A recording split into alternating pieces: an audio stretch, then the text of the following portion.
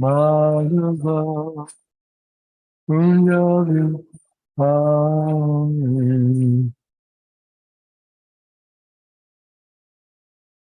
Om Vishnupad, Paramahamsa, Parivrajacharya, Shotashara Shata Shri Srimad, His Divine Grace, A.C. Bhaktivedanta Swami Prabhupada Ki Jai. Jaya Om Vishnupad, Paramahamsa, Parivrajacharya, Shotashara Shata Shri Srimad, Bhaktisiddhanta Saraswati Goswami Maharaj Prabhupada Ki Jai. Ananta Koti Vaishnava Vrinda Ki Jai. Namacharya Srila Haridas Thakur Ki Jai. Prem Se Kaho Shri Krishna Chaitanya Prabhu Nityananda Shri Advaita Gadadhar Shivasari Gaura Bhakta Vrinda Ki Jai. Shri Shri Radha Krishna Gopa Gopinath Shamakund Radha Kund Giri Govardhan Ki Jai. Vrindavan Dham Ki Jai, Navadvip Dham Ki Jai, Mathura Dham Ki Jai, Jagannath Puri Dham Ki Jai, Bhakti Devi Ki Jai, Tulsi Devi Ki Jai, Yamuna Mayi Ki Jai, Ganga Mayi Ki Jai, Samaveta Bhakta Vrinda Ki Jai. All glories to the assembled devotees. All glories to the assembled devotees. All glories to the assembled devotees. Gaur Premanande, Haribo.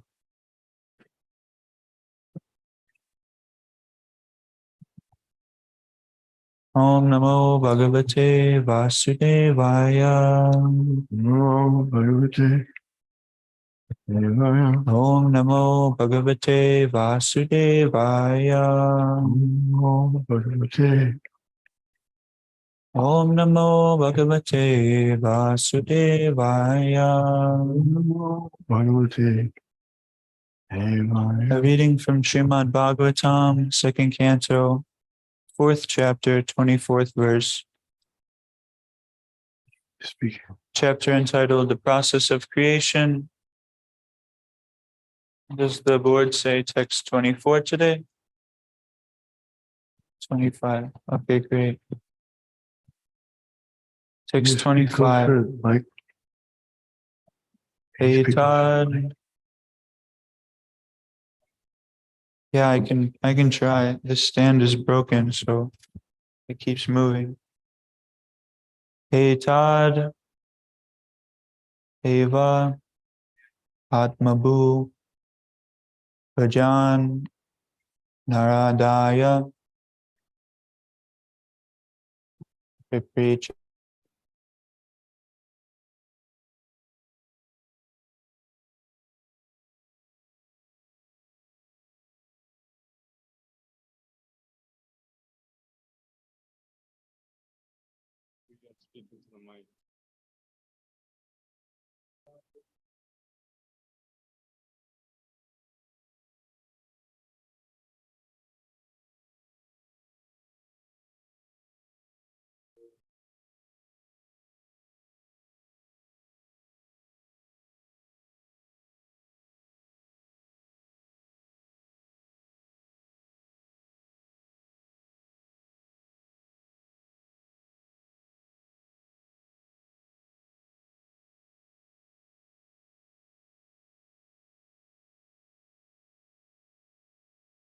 Shad.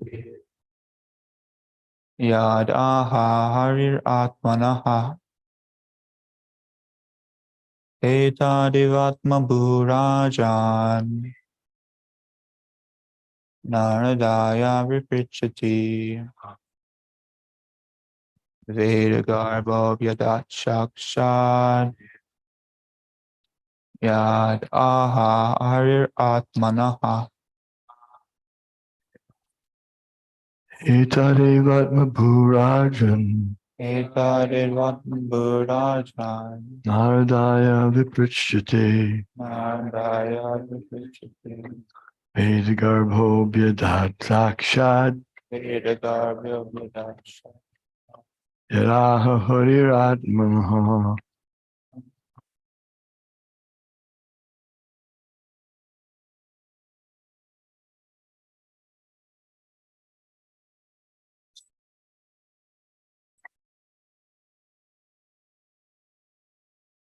Etate Vatma Burajan Naradaya Viprichate Vedagarbo Byadat Sakshat Yataha Hariratmanaha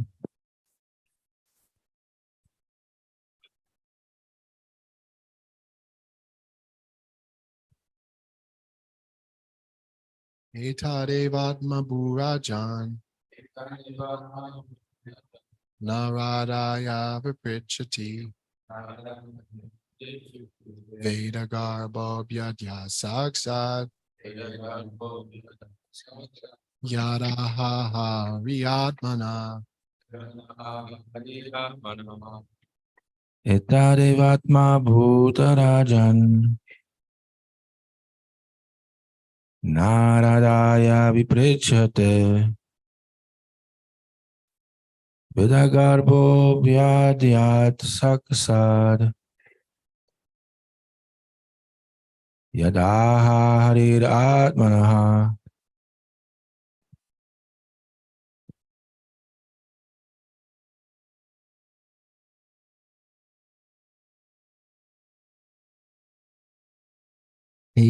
Etar Evatma Burajan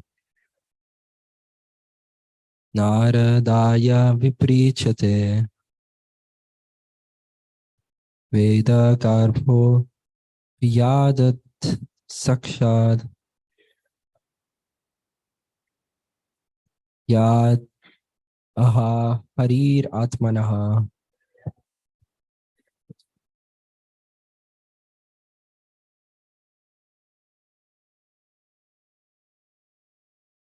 Etad evat mabhurajan Naradaya viprachite Vedagarbo Vyadat Sakshat Yadaha Harir Atmanaha.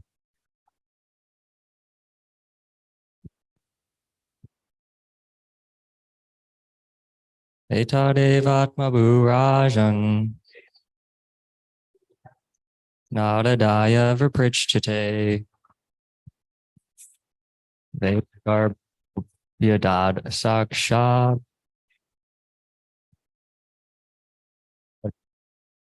Atma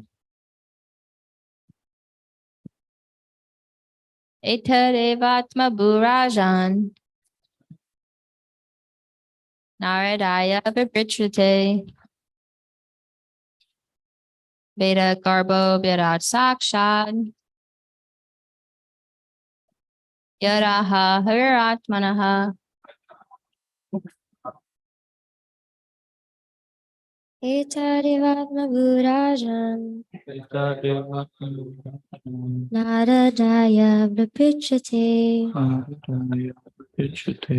Veda Garbo Virat Sakshan Yadaha Haratmanaha Etadevatma Burajan Naradaya Viprichate Veda Garbo Pyadat Sakshat Yad Aha Harir Atmanaha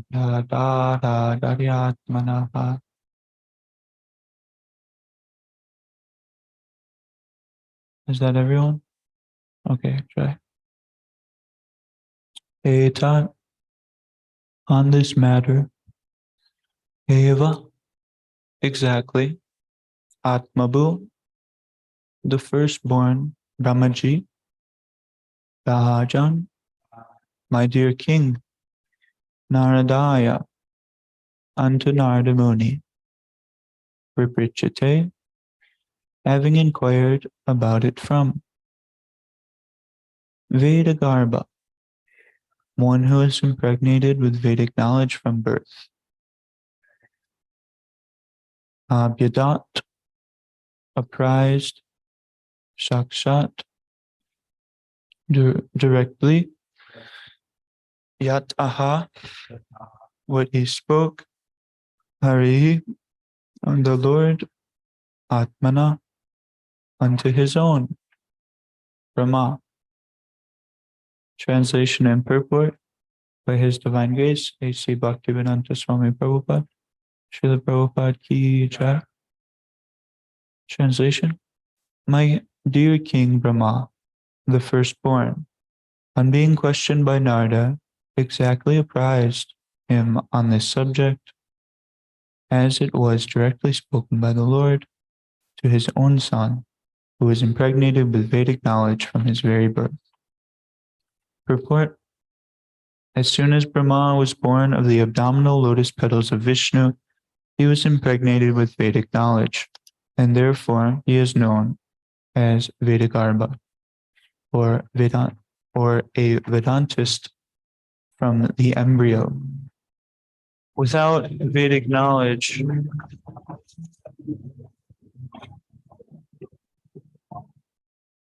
or perfect infallible knowledge, no one can create anything. All scientific knowledge and perfect knowledge are Vedic. One can get all types of information from the Vedas, and as such, Brahma was impregnated with all perfect knowledge, so that it was impossible for him to create.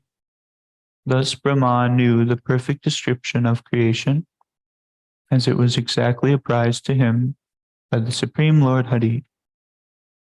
Brahma, on being questioned by Narada, told Narada exactly what he had heard directly from the Lord. Narada again told exactly the same thing to Vyasa, and Vyasa also told Shukadev exactly what he heard from Narada. And Shukadev was going to repeat the same statements as he had heard from them to Vyasa. That is the way of Vedic understanding.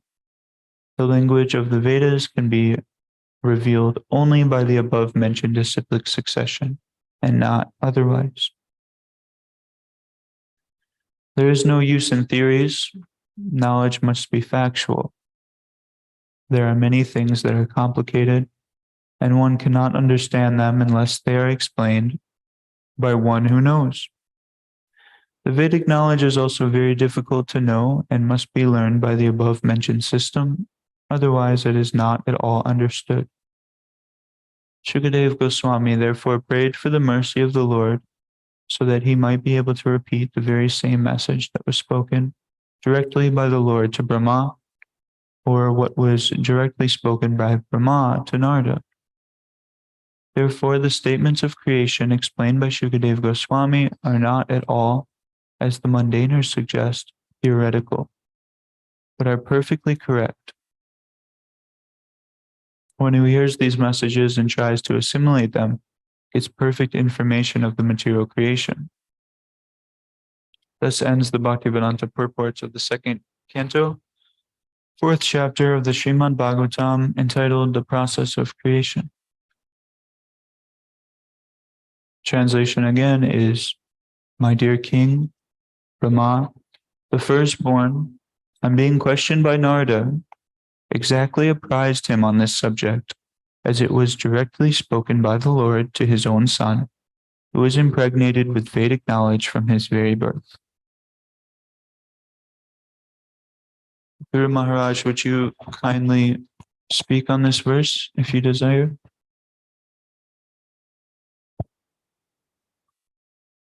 Yes, Brahma, Vedagarbha means from the embryo. One can learn, even in the embryo, because the soul is there, and the soul is not young or old. The soul is eternal. And actually, this knowledge of the Vedas is knowledge that living entities have always, because they're part and parcel of Krishna. But they lose this knowledge when they come in contact with the modes of material nature. They come in contact with the modes of material nature when they develop a desire to be apart from Krishna, to be the enjoyer themselves rather than to be his servant. They want others to be their servant. And they want to take the place of Krishna. So for them, the material world is arranged. Actually, there's no need for the material world for Krishna because he has the spiritual world, which is perfect. But there are always some souls who choose to misuse their free will. And for them, the material world is generated just like in a city, they always prepare a jail. Someone might say, why are you making jail? There's nobody, you don't have any criminals yet, you don't have any, as soon as they begin, there'll be those who don't follow the law. So they need to have a jail. Otherwise, the government would prefer to use its funds and its energy for education or more pleasant things for the citizens. But this kind of security and protection is required in rehabilitation. The material world is a place for rehabilitation, correction, and to separate, to give security to the good souls.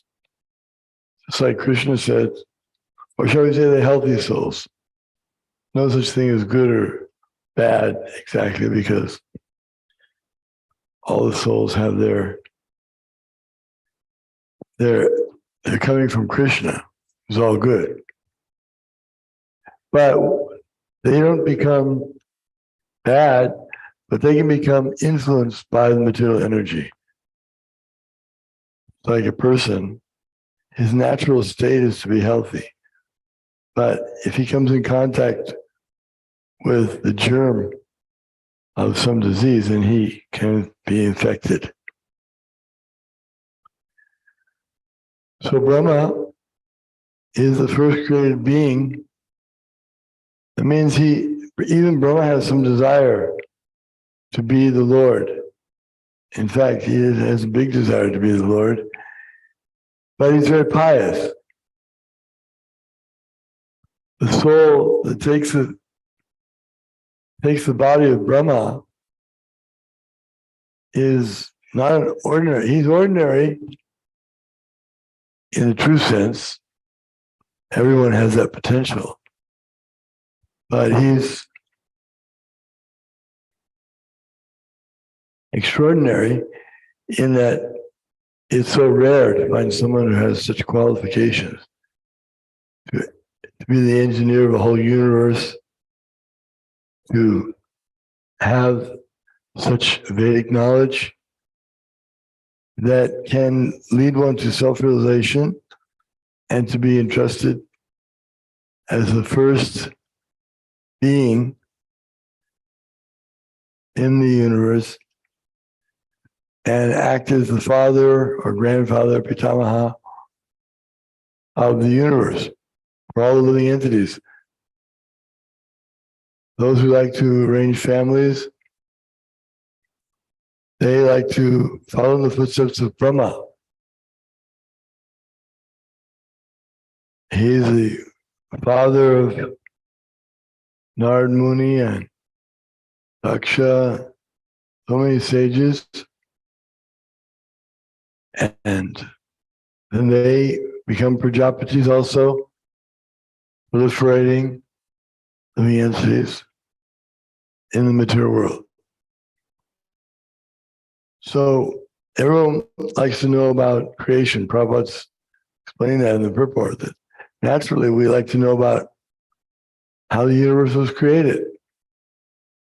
And we can see that there are planetariums throughout the world presenting the astronomical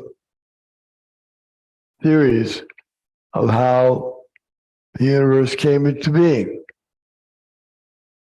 I think the latest theory is there was a chunk and it exploded, and the chunk came from nothing. But somehow from nothing there were 4 elements and it exploded, and everything happened like that. That's the theory. So Vedic culture doesn't work on, Vedic knowledge is not like that. Someone says, I think, or perhaps, maybe. He gives knowledge as he's heard it from authorities. Whereas the speculators, they like to give their own theories. They prefer to say what they think it is because they have no other way of getting the knowledge they think. They don't think that anyone was alive then. They don't think that there could be a person like God who could have so much vast power, he could create a universe and still be a person. So they rule out that idea from the beginning. They make their axiomatic principles. But that's not the way of the Vedas. So the speculators, so-called scientists and philosophers, they'll criticize the Vedic way as being antiquated, and they don't see there's any direct evidence of having creation the way it's described. But they also don't have any evidence to prove the way it's described by them. So this is the dilemma of the world. How to understand things beyond our direct experience. And we're going to learn that in Srimad Bhagavatam and Bhagavad Gita. Evam parampara praptam imam raja shyo vidu sakale neha nata yoganasta parantapa. Krishna told Arjuna that he instructed the science of yoga to the sun god Vivishwan many years ago. And now that that line of teaching has been broken, he's reestablishing Arjuna as the Acharya. So we follow the line of our Arjuna, and here the Brahminical line of Shukadev from Vyasadeva, Vyasadeva from Narada and Brahma.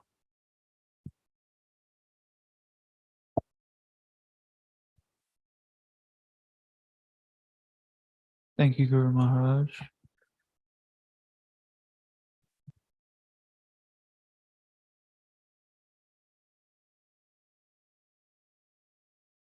So this Vedantist from the embryo is mentioned. Something that came to mind, the embryo, it was mentioned yesterday in the class that Devaki Dasi gave during the home program. And she was mentioning how the yogi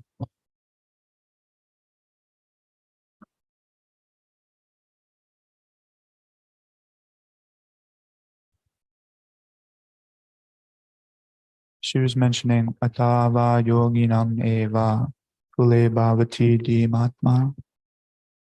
How it's okay, Prabhu. You think the unsuccessful yogi, after many attempts, he'll take his birth in a family of a learned transcendentalists. So she was just making that, this point that, whatever we do in this life is not lost. Whatever service that we render to Krishna it's not a waste. It stays with us. And we can thank Arjuna for being able to hear this science and understand it from Krishna and apply it. And we can thank our acharyas, starting with Lord Brahma, for relaying this supreme science without breaking any of the principles or deviating from the philosophy. So this foundation of developing a connection with the spiritual world, spiritual, it's stemming from Shastra, from Shabda Brahman.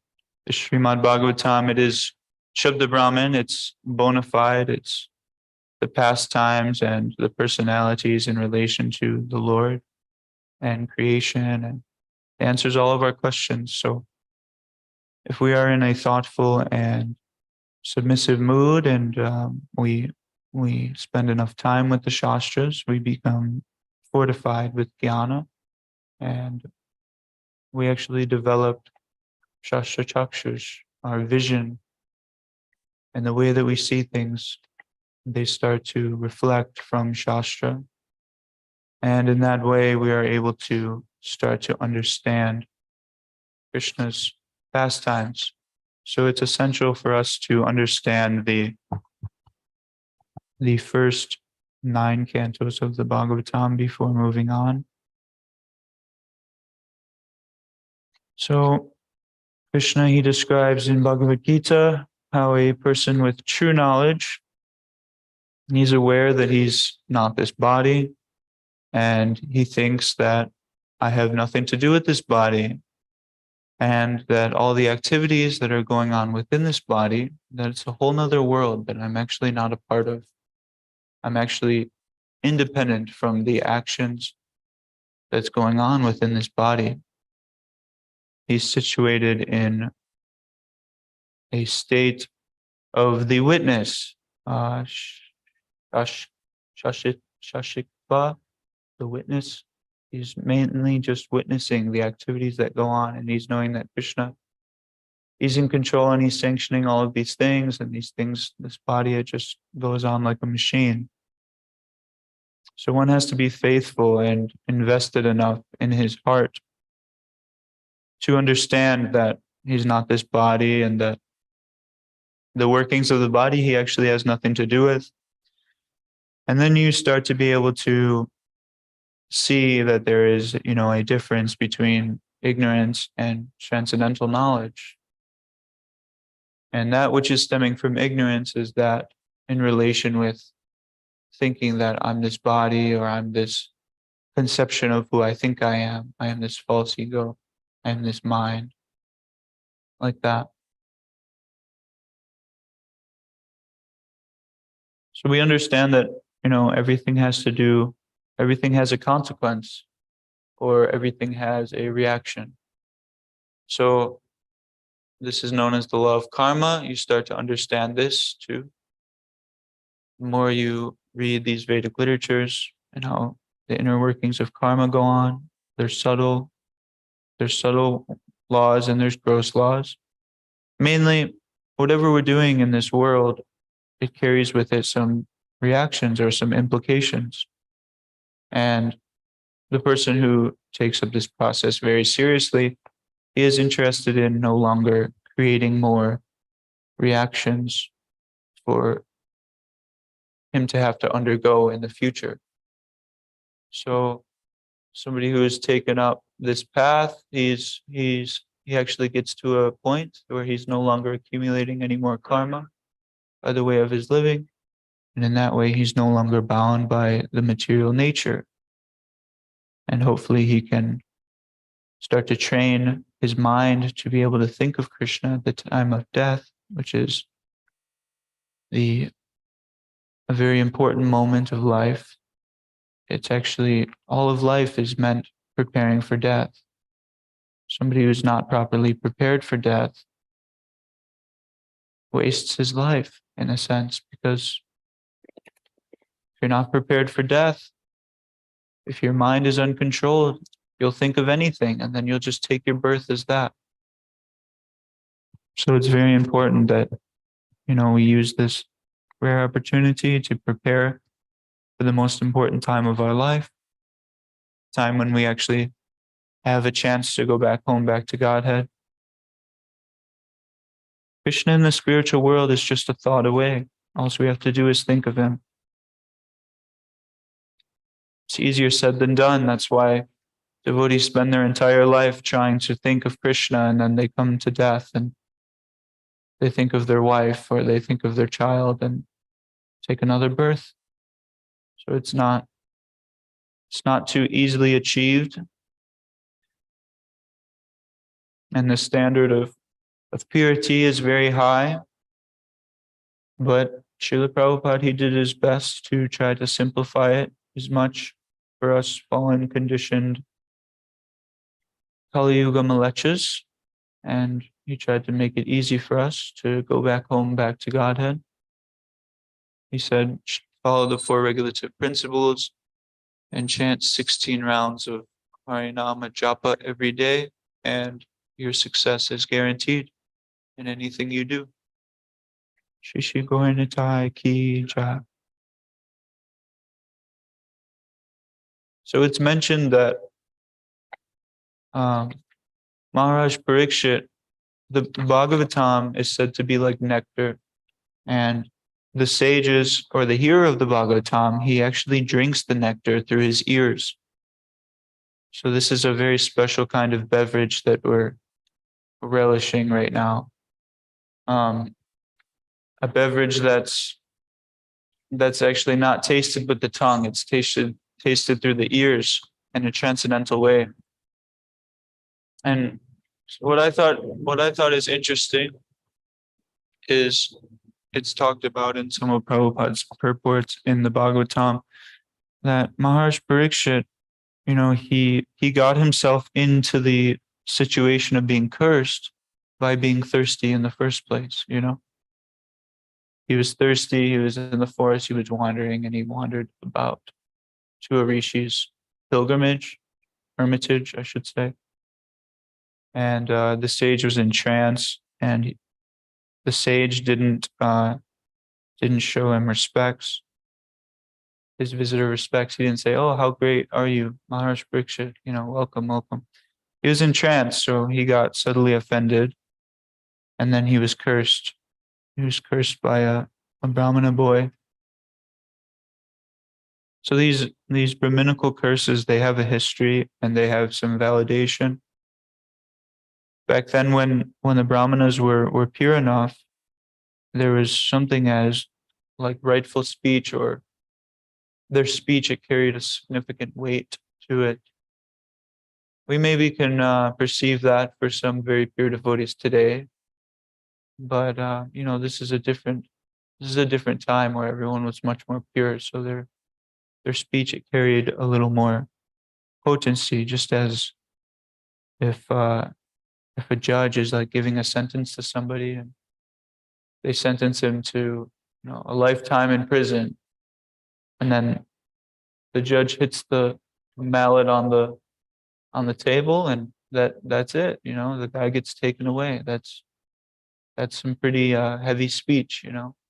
So the Brahmanas had equally heavy speech in these days and the eras before that.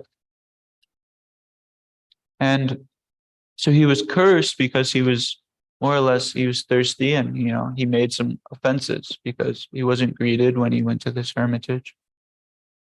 And then he gets to the point where he basically says, whatever this childish curse that was laid upon me, I'll just undergo it. Whatever snake bird or whatever you say is going to come and bite me and I'll die in 7 days, let that happen.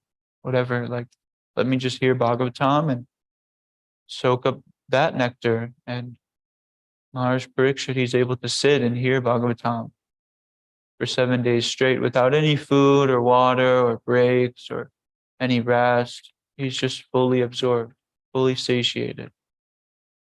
So it's interesting because this material thirst, it's always going to be there, no matter what. But if we can always be satiating that thirst with spiritual topics of the Srimad Bhagavatam and of the Supreme Personality of Godhead, then our thirst, it can actually be quenched. No amount of water can actually quench this level of thirst that we have. Only from the most quenching thing can we be satiated, and that's the Srimad Bhagavatam. So it seems we're almost out of time already. So does anyone have any reflections, or anybody want to further the conversation in any way, or present any questions on the topics that were discussed?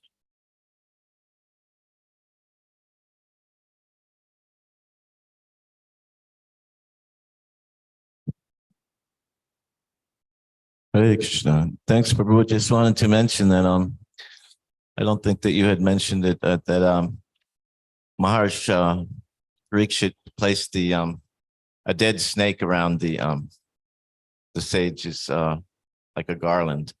Mhm.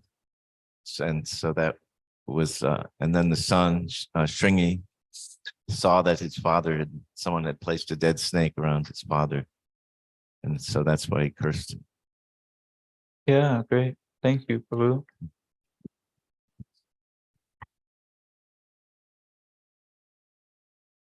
Srimad Bhagavatam ki jai.